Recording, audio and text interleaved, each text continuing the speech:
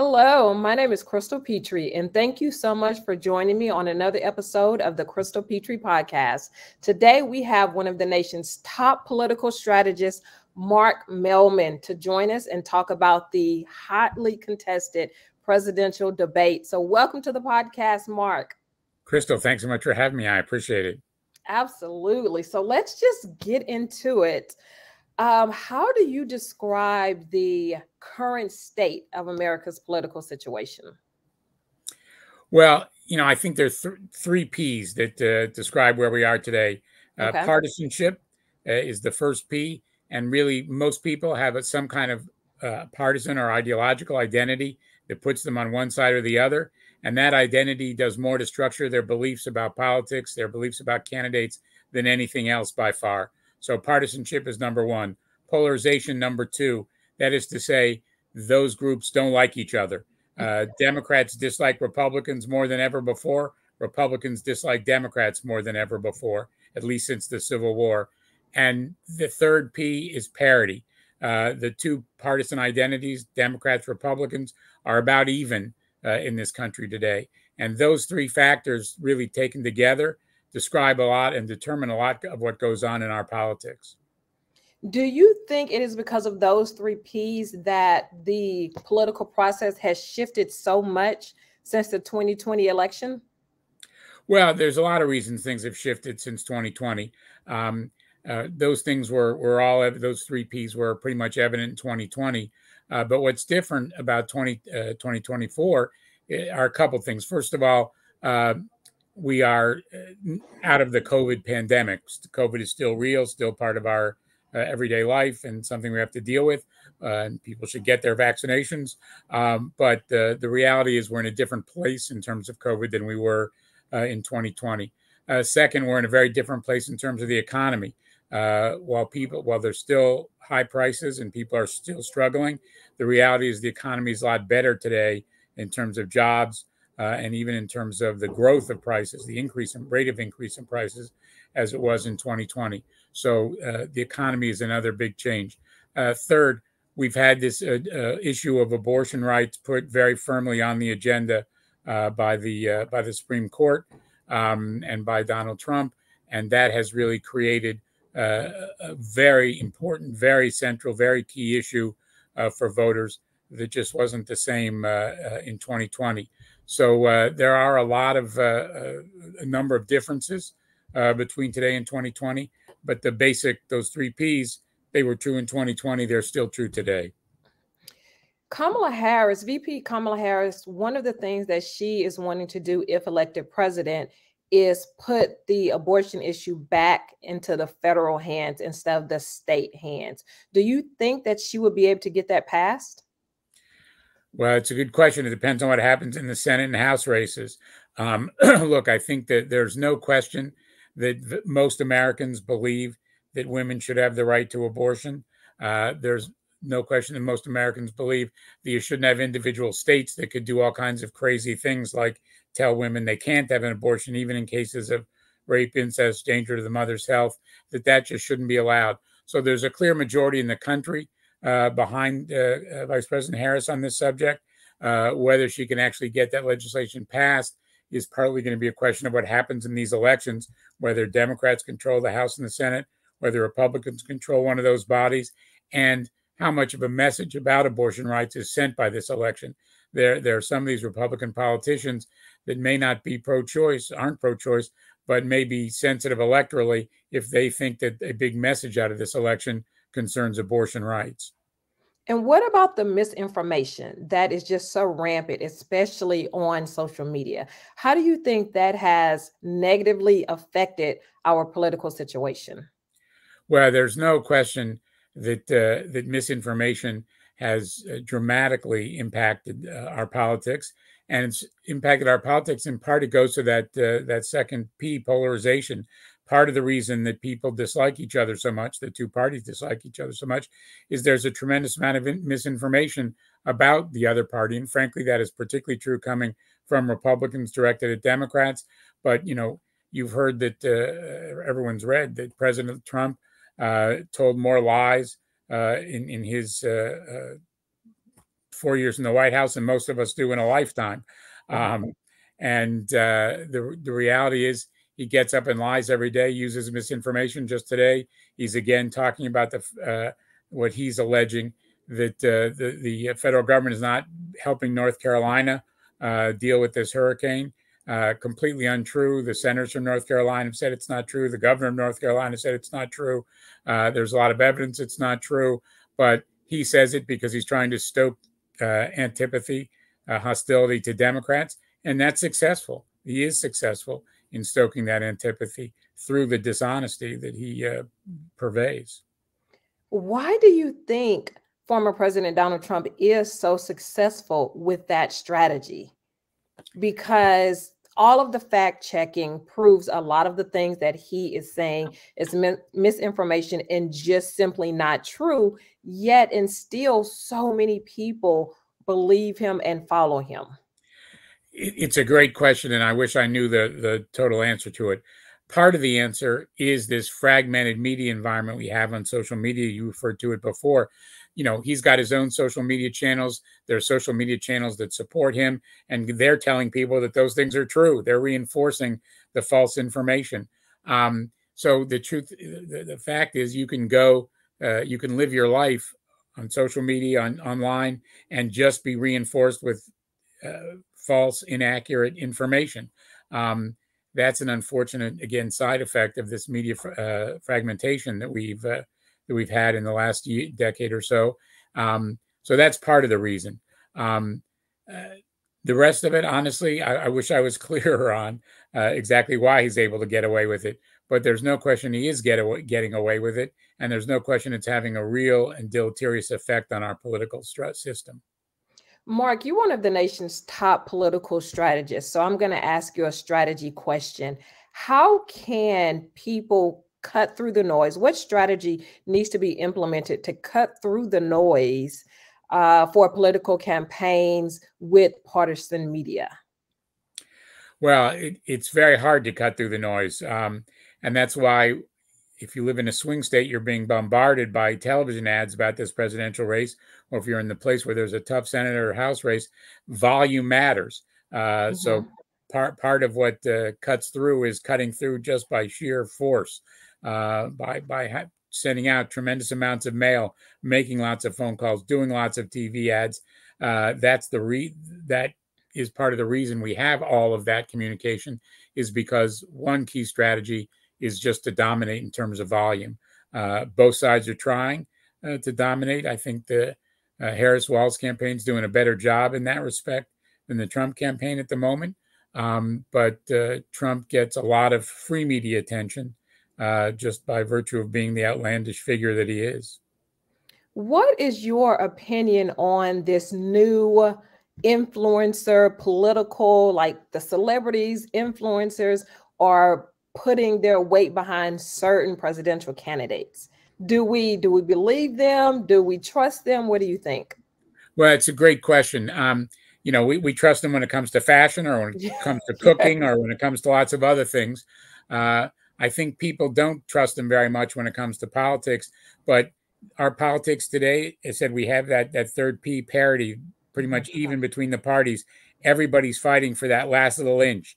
And if somebody with 20 million followers can get you 2,000 votes, that 2,000 votes may be the difference between winning and losing. So people are pulling out, all the campaigns are pulling out every stop they can to get those extra few thousand votes that could be all the difference between winning and losing the presidential election, let alone election for Senate and House. So everybody's going to use every tactic, every strategy that's available, even if it's not that effective.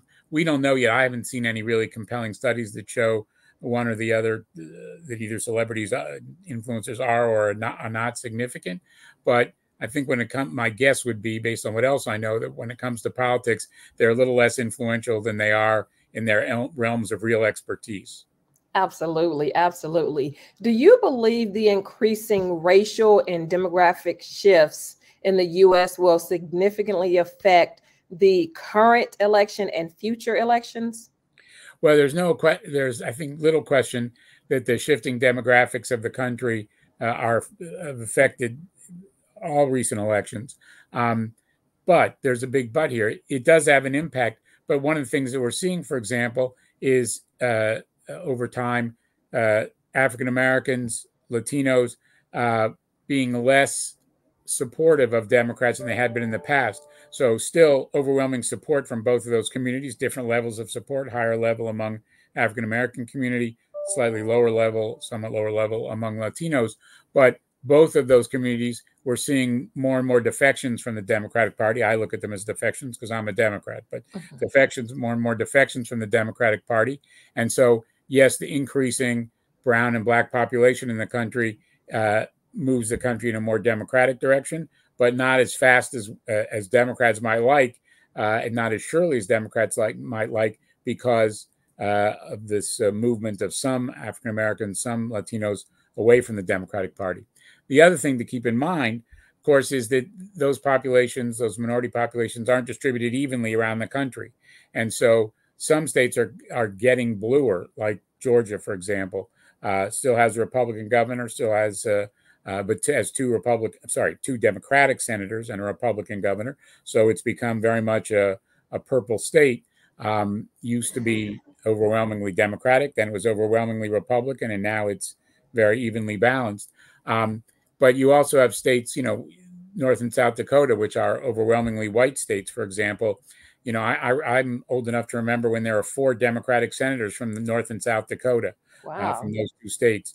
Today, there are 0 Democratic senators, and there are unlikely to be any Democratic senators in the near future from those states. So again, that minority population unevenly distributed. So even though it's growing in places where it's helping Democrats keep control of the House and Senate. But again, as we see defections from those communities in some of these more evenly balanced districts, we might see changes in the other direction as well.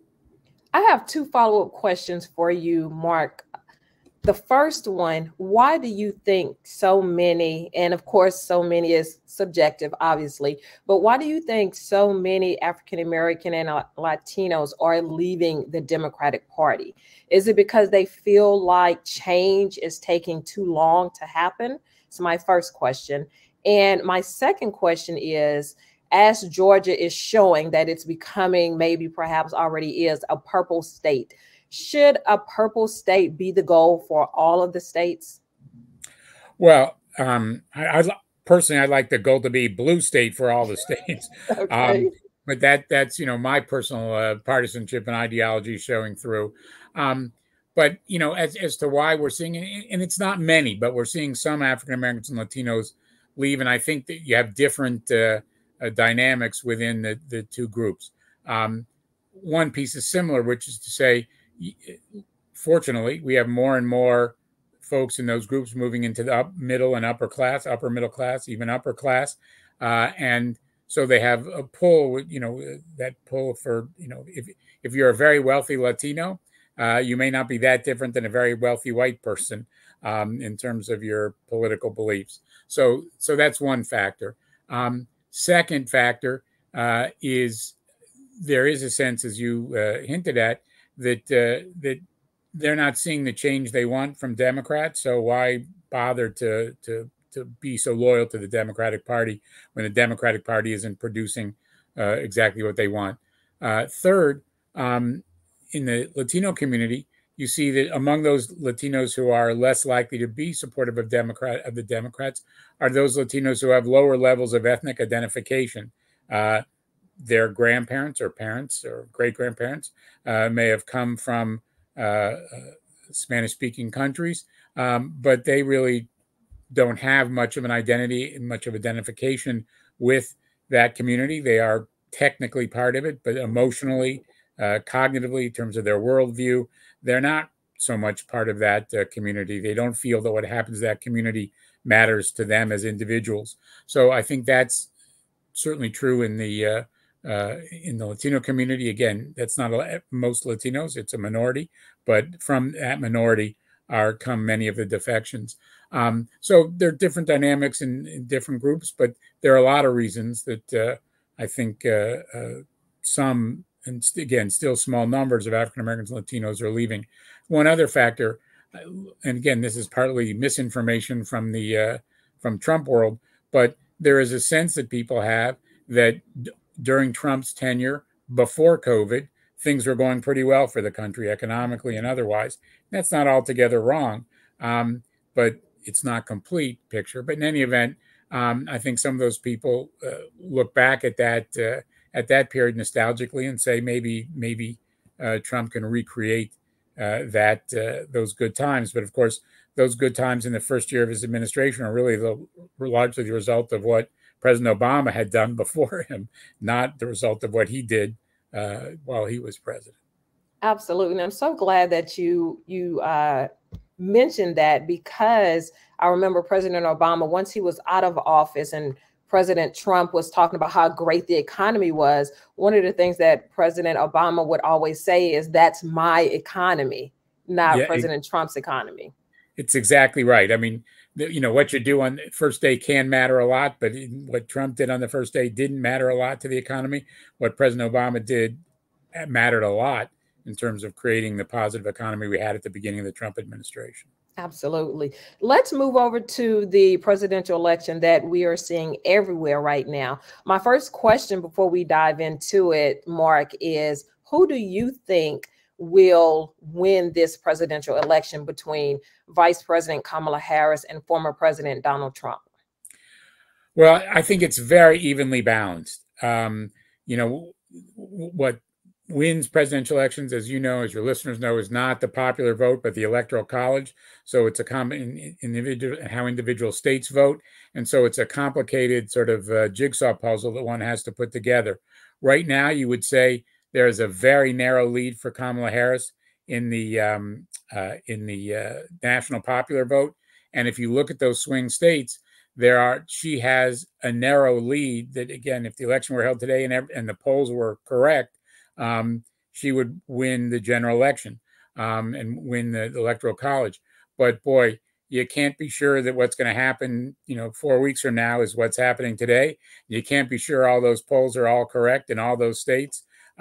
So you have to really say that the elections bounce on the knife edge, and what your listeners do in the next month in terms of campaigning, in terms of making their own decisions, in terms of turning out to vote, early vote or on election day, that could make the difference between between each candidate winning and losing this race.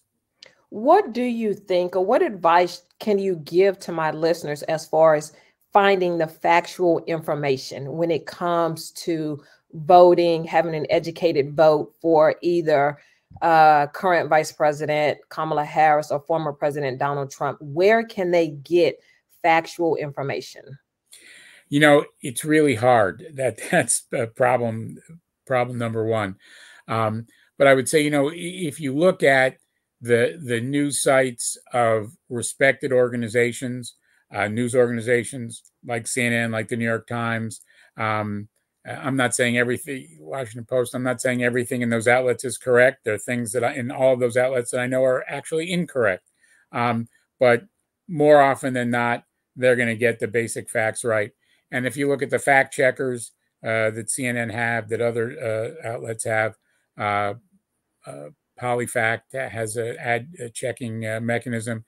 If you look at those checkers, you can usually get at least a wider context for the information that you're seeing and hearing about, as opposed to just what the campaigns want you to hear. Right.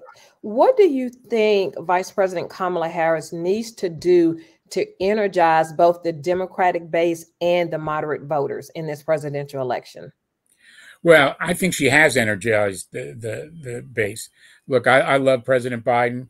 I thought he's done a fantastic job, and I would be supporting him 100% if he were running. But the reality is that people had concerns, fairly or unfairly, right or wrong, and I think they're wrong and unfair, but right or wrong, fair or unfair, people had concerns about his health and well-being. And obviously, his decision to remove himself from the race and Kamala Harris stepping in really resolved all those questions and put somebody who is, I think, an exciting, historic candidate before the public. And I think I think she's done a tremendous amount already to energize the public. Second, she's talking about the issues. She's talking about the things that matter to people. She's talking about improving the economy for the middle class. She's talking about the importance of abortion rights and the freedom to choose. She's talking about other issues, the cost of living issues that are very important to people. So she's really focused on the things that are important to voters, and she's doing it in a way which is new and different and exciting. And she is an historic candidate. All that wrapped together, I think, is exciting a lot of people. What was an enthusiasm gap between Democrats and Republicans has disappeared. If anything, it's moved in the Democrats' direction as Kamala Harris has become more exciting. And as people have looked at Donald Trump and said, oh my gosh, we were worried about President Biden being too old and not with it. Here you have a guy in Donald Trump who is not only losing it, but really detached from reality in many ways that he demonstrates all the time. And I think a lot of people are getting nervous about just how detached from reality he is. Do you think the fact that President Joe Biden, I'm sure with consultation with family, friends, and other elected officials, him stepping down so suddenly from re-election as president, do you think that put a blight on the Democratic Party? Honestly, I think the opposite. I think that, again, I think President Biden's been a great president. I would love to have seen him reelected as president, but I think there's no question, as I said before, that people had concerns about President Biden, and Kamala Harris has sort of washed away those concerns in important respects and hasn't fallen prey to any of the many things that people were worried she could fall prey to. So again, I think we're in a better position to win this election with Kamala Harris than we were before. Do you think it is unfair to Kamala Harris, even though, as you stated, she is energizing the Democratic Party, that she was given roughly 4, maybe 5 months to run a presidential election when normally people are given years to do that? Well, that's just the way the system works. I mean, President Biden made his decision when he made it, and that meant that's what the time was. So I don't think it's President Trump says it was some kind of illegal, unconstitutional switch. That's clearly not true. In fact, it was done the way the rules are written, and that's just where we are. I don't think it's a question of fair or unfair. It's definitely a disadvantage for her to have less time, but on the other hand, it's all, it is what it is. We shouldn't expect any different. Do you think that former President Donald Trump, because he was a president already, do you think that is going to influence his election campaign, whether negative or positively? Yes, I think it does. I mean, look, there are a lot of people who, when they voted for Trump when he won, who said, you know what, how bad can it be? It's a change. He's an unusual person. He's an unusual personality. Let's just give it a chance. He's not, and they said he's going to change. The office will change him. Well, the office didn't change him, or if it did, it made him even worse. And nobody can go into the voting booth this time saying, well, he'll be different as president than he is as a candidate, or he was as last time he was president. That's just not a realistic notion in people's minds these days. And so I think it does have an impact, positively and negatively. As I say, there are people that look back on what was really, as you said, President Obama's economy, and say, oh, that was Donald Trump and those were good times. That's helped him. There are people who look back and say he acted immorally, he acted dishonestly, he acted stupidly as president, and that's influencing people in a negative direction about him. But again, some of the excuses that people used the first time around, like, oh, he'll be different, the office will change him. Nobody's walking around saying that to themselves these days. Right. Kamala Harris is the second Black woman to ever run for president of the United States, with Shirley Chisholm being the first to do so. Do you think that her being a Black female will help her in this election or hurt her in this election? Well, some with each, which is to say, there are people among whom being a black woman is not a positive. But by and large, those are not people who vote for Democrats anyway. So it's a negative for them, but they wouldn't vote for a white male Democrat either. Um, though, again, they have some antipathy, animosity directed towards black women. But there are also people who are excited by the fact that we have a black woman running for president, who got farther along in the process than Shirley Chisholm did. She's actually the nominee of the party.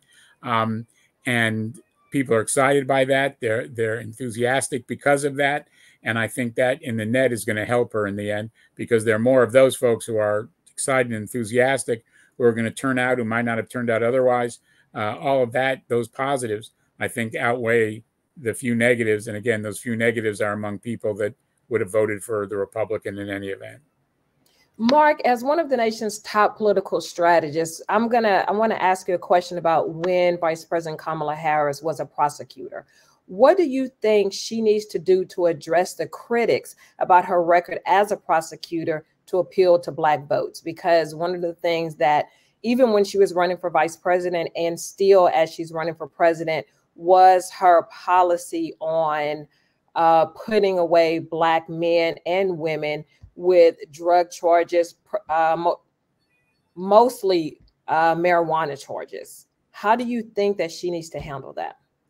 Well, look, I mean, her job as Attorney General and as a prosecutor was to enforce the law, and she did. And that was the job. Her job as senator, her job as vice president is to influence and make the laws. And I think she's been very clear on the need to change the criminal justice system, to reform the criminal justice system, to make it more fair and make it more reasonable. And I think she's been very clear about that in the course of this campaign and when she served in the Senate. And I think she's doing what she needs to do to try and assuage those fears. But you also have to look at the other side. I mean, Donald Trump was a guy who wanted to execute the Central Park young people who were completely innocent, and he wanted them executed long before he was running for president. That's just his innate nature. So nobody's going to get a better deal, a fairer deal under Donald Trump. That's for sure.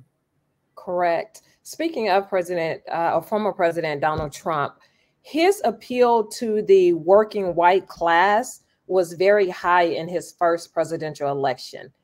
Why do you think that appeal is working, considering I don't think he's ever been part of the working class as we think of it? No, that's absolutely true. He certainly hasn't been.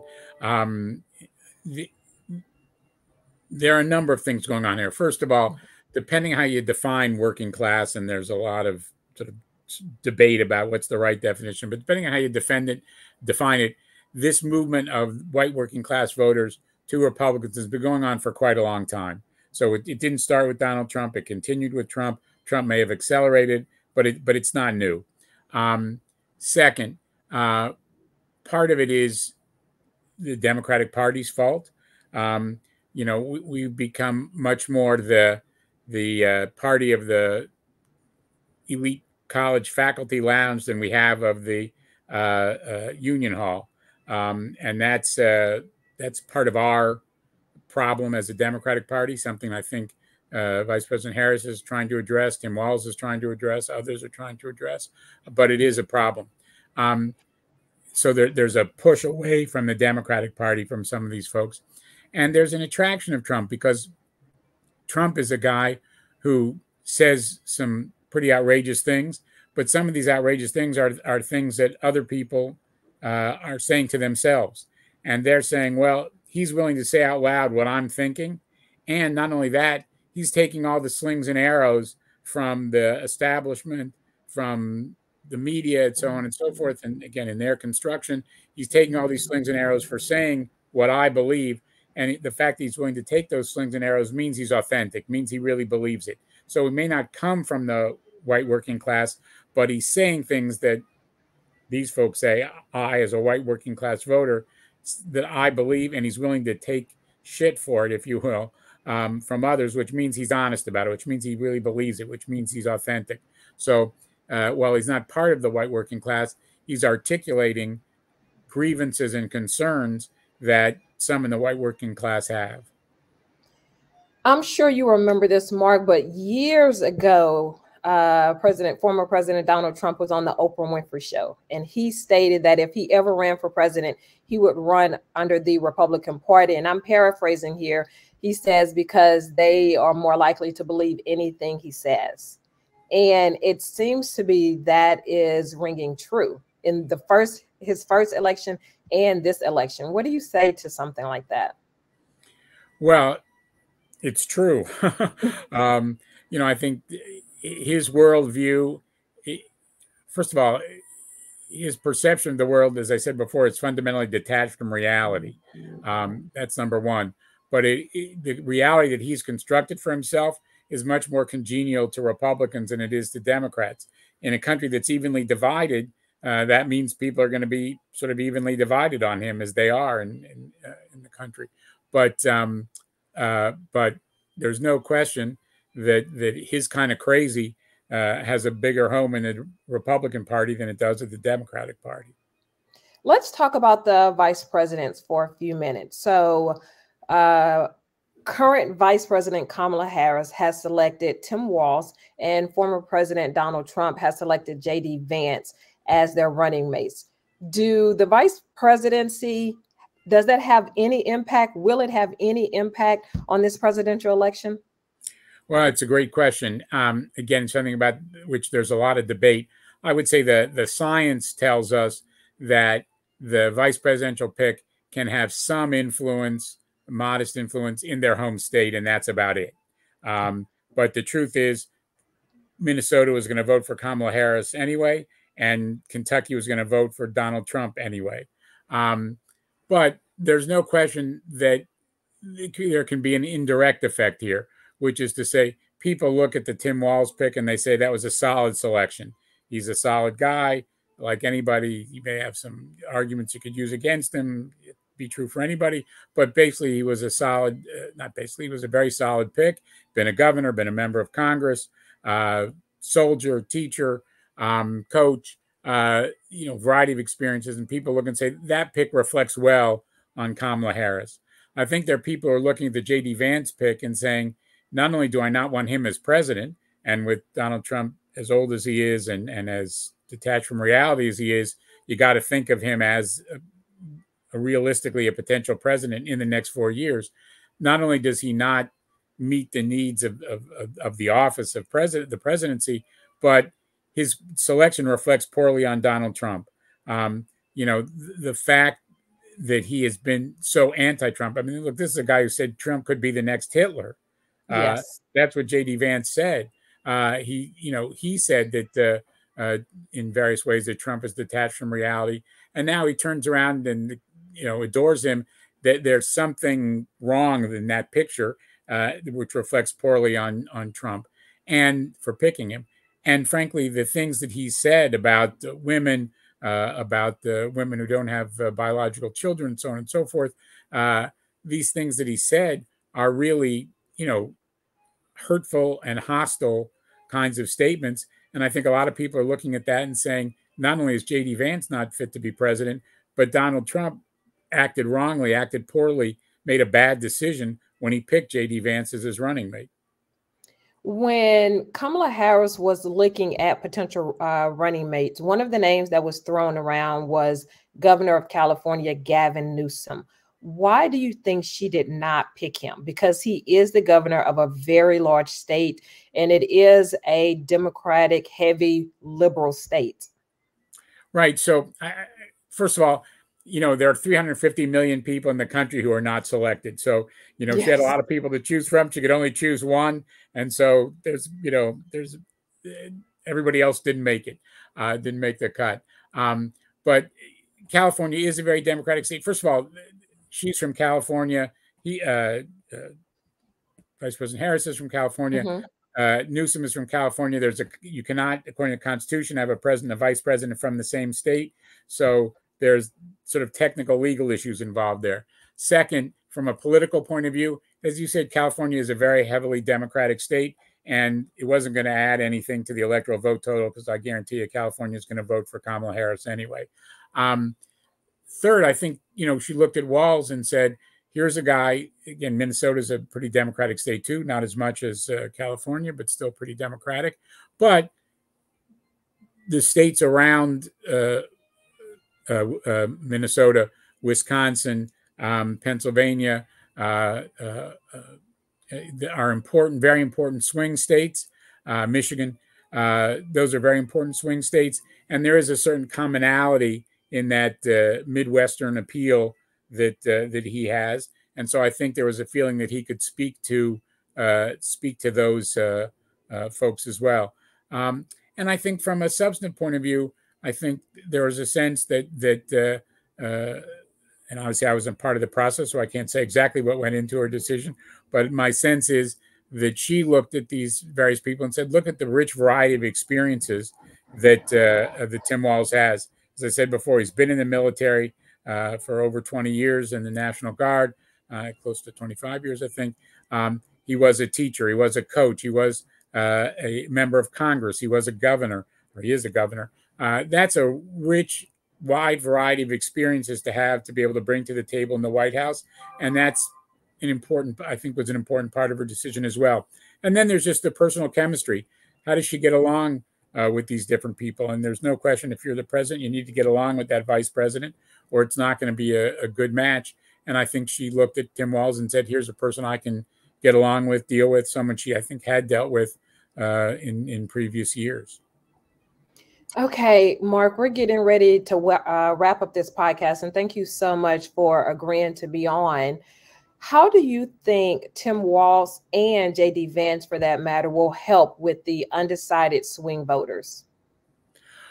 Well, I think they help. I mean, let's put it so. Tim Walz, I think, helps through those experiences that we were just talking about, and he can be a very good campaigner. You see him, giving speeches, doing rallies, meeting with voters.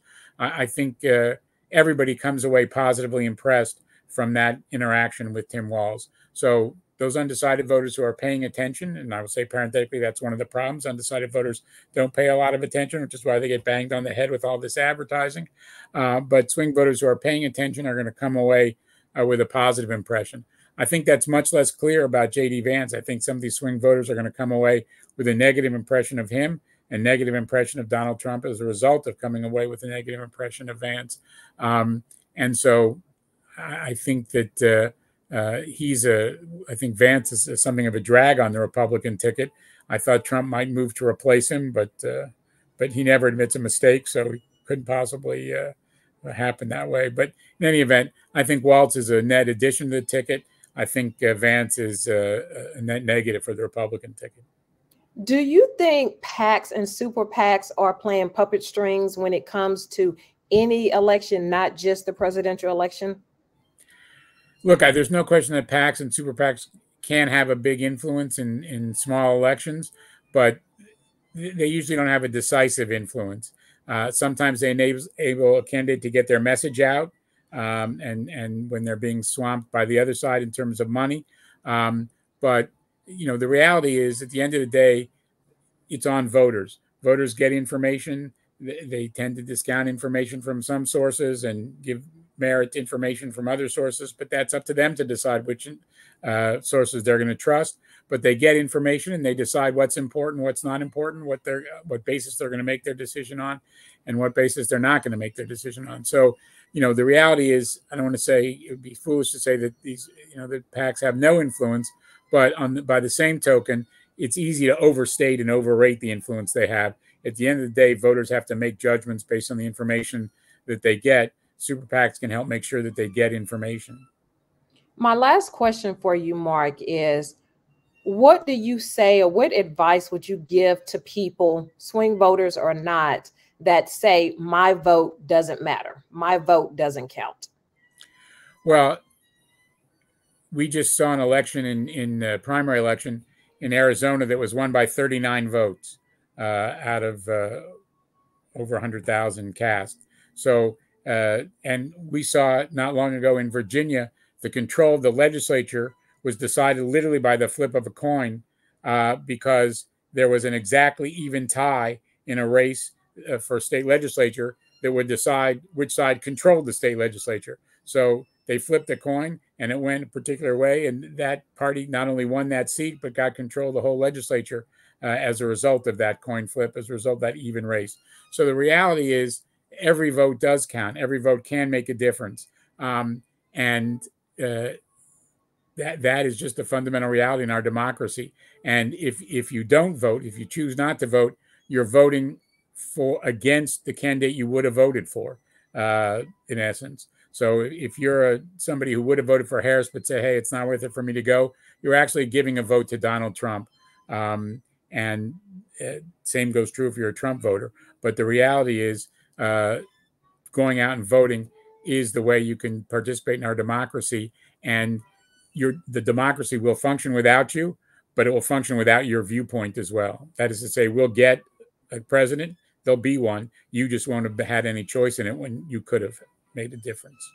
Absolutely. Thank you again so much, Mark, for being on the podcast and educating myself and educating my listeners so much on the highly contested presidential election. Crystal, thanks so much for having me on, and thanks so much for the great work you do. Thank you so much. And to my listeners and viewers, thank you so much for tuning in. You can get this podcast on YouTube Podcasts and Apple Podcasts. And remember, you always have time to listen and learn on the go.